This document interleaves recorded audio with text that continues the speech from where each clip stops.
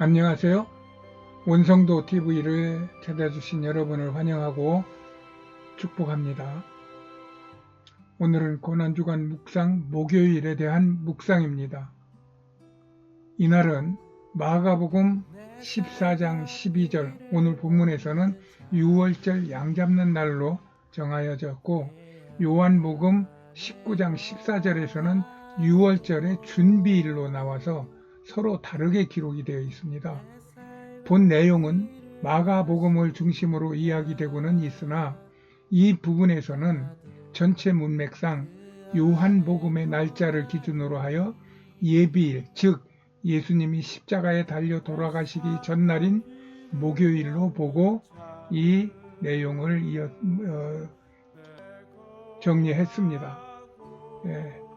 해당 본문인 마가복음 14장 12절부터 72절까지는 말씀이 너무 길어 제가 말씀을 축약하여서 읽어드리겠습니다. 마가복음 14장 무결절의 첫날 곧 유월절 양 잡는 날에 제자들이 예수께 여짜오되 우리가 어디로 가서 선생님께서 유월절 음식을 잡수시게 준비를 원하시나이까? 그들이 먹을 때 예수께서 떡을 가지사 축복하시고 떼어 제자들에게 주시며 이르시되 받으라, 이것은 내 몸이니라 하시고 또 잔을 가지사 감사 기도하시고 그들에게 주시니 다 이를 마시매 이르시되 이것은 많은 사람을 위하여 흘리는 나의 피 곧 언약의 피니라. 이에 그들이 찬미하고 감람산으로 가니라. 예수께서 제자들에게 이르시되 너희가 다 나를 버리리라. 이르시되 아빠 아버지여, 아버지께서는 모든 것이 가능하오니 이 잔을 내게서 옮기시옵소서. 그러나 나의 원대로 마시옵고 아버지의 원대로 하옵소서 하시고 돌아오사 제자들이 자는 것을 보시고 시험에 들지 않게 깨어있어 기도하라.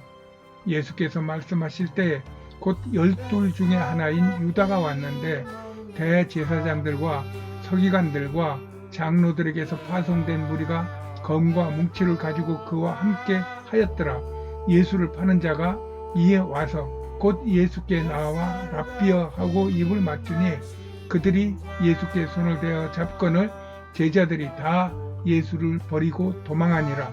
대제사장이 가운데 일어서서 예수에게 물어 이르되 네가 찬송받을 이의 아들 그리스도냐? 예수께서 이르시되 내가 그니라. 인자가 권능자의 우편에 앉은 것과 하늘 구름을 타고 오는 것을 너희가 보리라 하시니 대제사장이 그 신성 모독하는 말을 너희가 들었도다.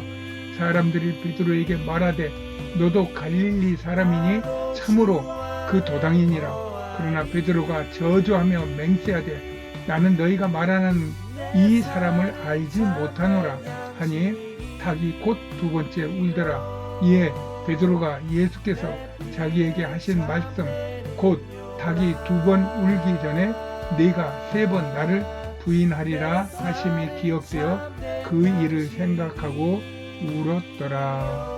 아멘. 오늘 예수님은 먼저 제자 둘을 예루살렘 성 안으로 보내십니다.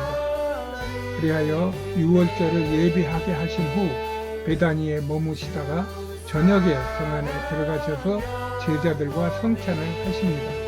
예수님은 고난주간 목요일에 성찬을 통하여 자신의 몸을 떡과 잔으로 내어 주신 것입니다.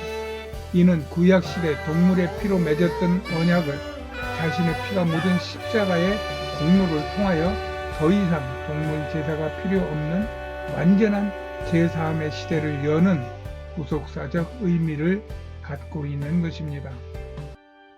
성찬, 더 로스 수퍼라고 하는 이 성찬은 주님께서 제자들을 불러 모아 함께 식사를 한 일상적인 행동일 수 있어도 그 안에는 성경의 전체가 녹아들어 있는 매우 상징적인 행위입니다.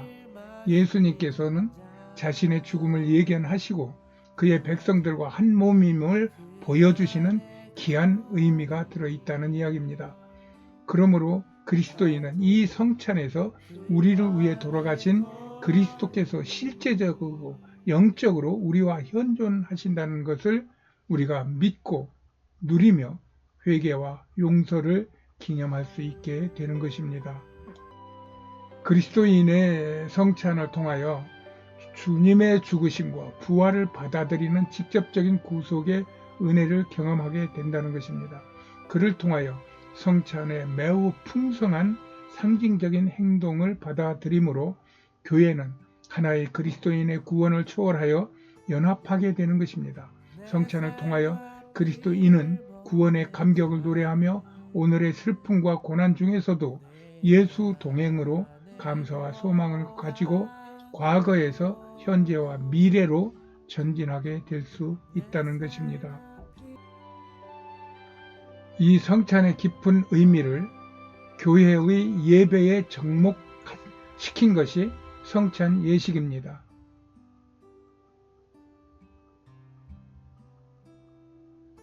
이는 예수님께서 기념하라고 직접 명령하신 것을 초대교회부터 성도들이 집에 모여 서로 떡을 떼며 물품을 나누어 쓰며 시행하다가 후대에 교회에서 공식적인 예식으로 발전시킨 것입니다.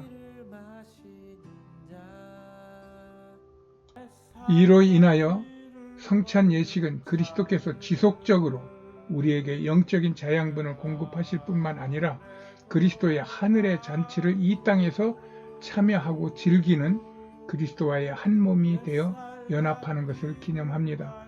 이런 이유로 교회의 어떤 행사에도 이 성찬 예식을 동원하여 교회가 하나 되기를 촉진시킬 수 있습니다. 교회는 이를 중요히 생각하여 성찬과 세례를 또 어떤 교단에서는 침례를 공적으로 예식으로 정하여 지키고 있는 것입니다.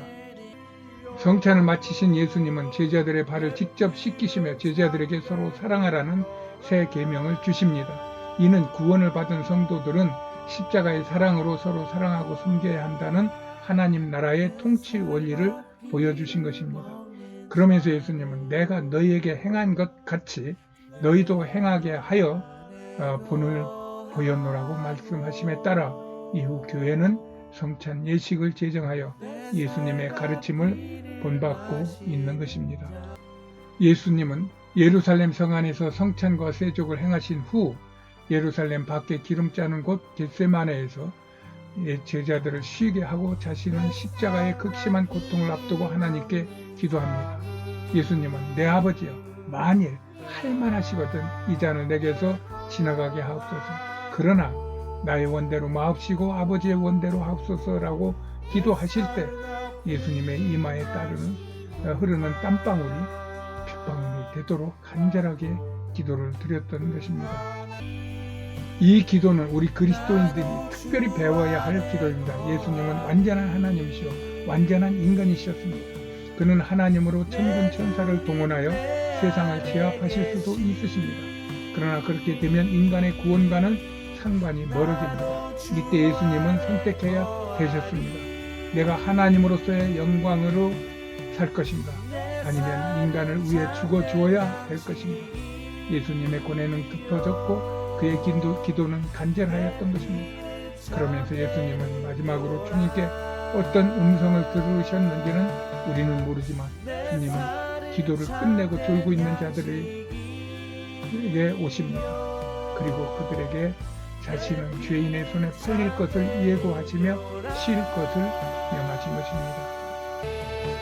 그때 가롯 유다는 유대 지도자들과 군졸들과 함께 와 예수를 잡으려 하자 베드로가 칼을 빼어 그들 중 하나의 귀를 쳐 버립니다. 그 후 제자들은 예수를 버리고 도망하고 예수님은 붙잡혀 대제사장의 집에 잡혀가 신문을 받습니다. 그때 베드로는 대제사장들의 뜰에 있다가 사람들에게 예수를 3번 부인합니다. 그 후 다구는 소리에 자신의 한 일을 생각하고 통곡하며 떠납니다. 예수의 이름만을 내세우고 성령의 인도를 받지 못하면 이렇게 자신의 판단으로 이런 일을 벌이게 되는 것입니다. 이렇게 조금 전까지만 해도 예수님과 식사를 나누며 성찬과 세족으로 종교적으로 예수님과 하나가 되었던 제자들이었어요. 그럼에도 이런 일이 벌어지는 것은 성령으로 말미암지 않고는 예수님이 진정 세상을 위하여 무슨 뜻으로 가르치시고 행동하셨는지를 알 수 없다는 것을 말하고 있습니다. 오직 성령의 세례를 받아 하늘의 지혜가 열려 하나님의 뜻을 알고 그 뜻에 순종할 때 세상과 죄악을 이기고 승리하게 됩니다. 우리 모두는 이런 성령 충만의 은혜를 입어서 이 세상에서도 세상과 죄악을 능히 다스리는 그런 능력자요 행복자의 삶을 사시기를 예수님의 이름으로 축복합니다. 예수 승리 할렐루야.